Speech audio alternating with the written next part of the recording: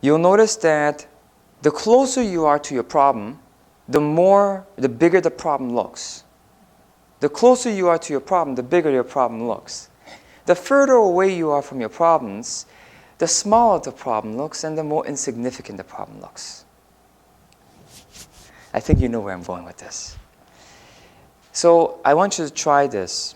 And I had this lesson when I was in high school with my brother. My brother and I, when I was living in Korea, would go mountain hiking every Sunday, so on the weekends.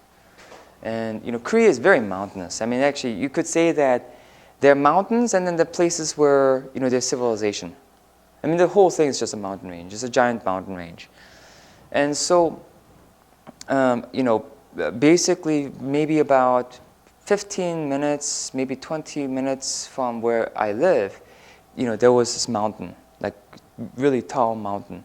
And so my brother and I love mountains, so we would always go hiking on the weekends. We'd go and we'd get a Korean version of sushi, and we'd wrap it, and then we'd go up there, and then we'd eat it there, and then we'd come down. It was a great experience. And I remember, and I forget what, it's been so long, but I remember being really actually caught up with life and really being just worried about my future and being really down. And we got up to the mountain and I looked out and I remember forgetting all of it. And I remember feeling so free. And I remember looking down and feeling this is all so insignificant. This all really is irrelevant, actually. And feeling that, and then thinking, what happens when I go down? It seems like I only have this freedom when I'm on top of the mountain. And then the question, the new question that arises from that is there a way to maintain this? Can I carry the mountain with me? And the answer later on that I found is yes, you can. Yes, you can. And that's actually what I want to say, empty spirit summit strongest fundamentally. So having said that, I would like you to all try this. I would like you to just start from the top of your head. And I'm sorry, actually, you know what? Forget all that. Just notice where you are right now. And some of you may notice that you're actually very close to your problem. Meaning that you can actually notice that if you take your eyes away from it, you may notice that you're like this to your problem in your thought or energetically. You're very, very close to it. Whether it's your laundry or whatever it is, whether it's your hamster, it's very, very close, right? And so having said that, now just think of your crown, and just by doing that, you'll notice that you're a little bit more removed from your problems. Isn't it interesting? And then now, start slowly going up. And start going up higher and higher, higher and higher. And as you do that, you'll notice your frequency. Notice the space around you.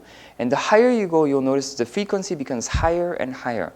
Meaning that the vibration becomes higher, becomes lighter, becomes brighter, and somehow your mood starts lifting. There's no reason, absolutely, there's no reason attached to it.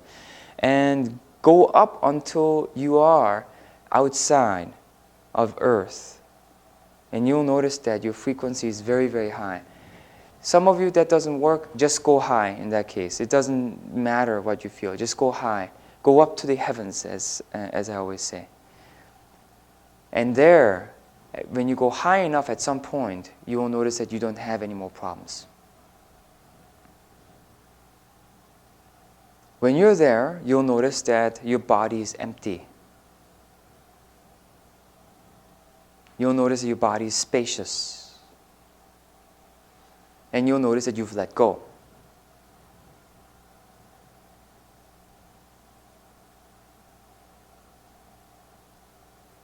Okay, very good. My question to you is, any questions on this? It's very simple. It's so simple that we can access it at any point in time. It's so simple that actually we may even devalue it, like air. Yes? What do you do when you have a acute, sharp pain that's keeping you from being in the moment of What you do is actually you learn how to go into the pain, ironically. So the way out is actually in, because the pain pulls you in. The purpose of the pain is to get your attention. So if you try and not give it your attention, then you get exactly that. It pulls you harder. So I shouldn't say all, because I can't say that I know all meditation, but all the meditation that I've come across that deal with pain actually go towards it, never away from it. So there's some exceptions to the rule, but in general, the principle is that you go towards it, not away. So Deal with it first and then back to meditation? and no, it goes towards the principle of focus. Meditation is whenever you have focus. So where is going to be the focus when there's pain? Naturally, the pain, right? And so otherwise, when you go away from the pain, you're divided already. Do you see? Your mind is already divided. So by definition, you're no longer meditating, if that makes sense, right? And so you go towards it, and then you'll notice the pain releasing to a significant amount, and all of a sudden you'll feel that you have the ability to meditate within that space, and you can increase that space, and then you can go back high. So, welcome. Having said that, let me say this. Sometimes that can be very, very difficult because the mind is not that simple. Go high first, and then go in. So your frequency, when you're going in, going in from a high place.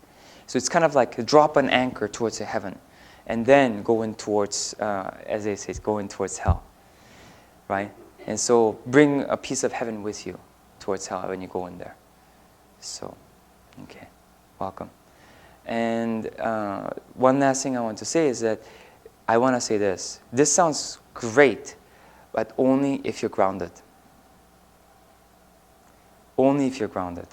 The kind of teaching that you just received is considered to be esoteric teaching. It's basically detailed teaching, or what people deem secrets. It's things that you can do that allows you to more easily access the simple things in life, actually. It's what makes the simple things in life that are typically devalued all of a sudden more valuable.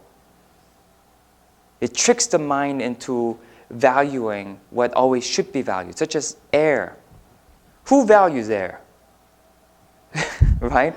Very few people, except for people who understand the significance of it. And those are called typically esoteric teachings. Because you start having a very different relationship with the elements, the fundamental things of life, right? And they're typically very, very secretive. But there's a reason why they're secretive, because out of balance, it can actually cause harm. And this is the kind of harm that happens.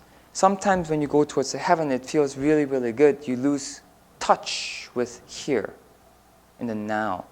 And you have people who are trying to just meditate because they don't want to deal with life. And the purpose of all this has never been to escape life. It's actually to embrace life, right? And so I think you already can see where I'm going with this, so I'm not going to belabor that, but I'm going to just say this. You need to stay grounded on the earth. You need to draw from Mother Earth, and you need to feel the blessings and the support of the earth. And then you need to bring heaven on it. It's like the sunshine, gracing the earth. The earth is beautiful as it is. But in the dark of the night, you may not see its beauty. And when you bring a little sunlight to it, all of a sudden everything is beautiful. So have that picture. It's being grounded. Sunlight just by sunlight, there's nothing to shine, is there? There's nothing to shine. So make sure there's earth. Okay.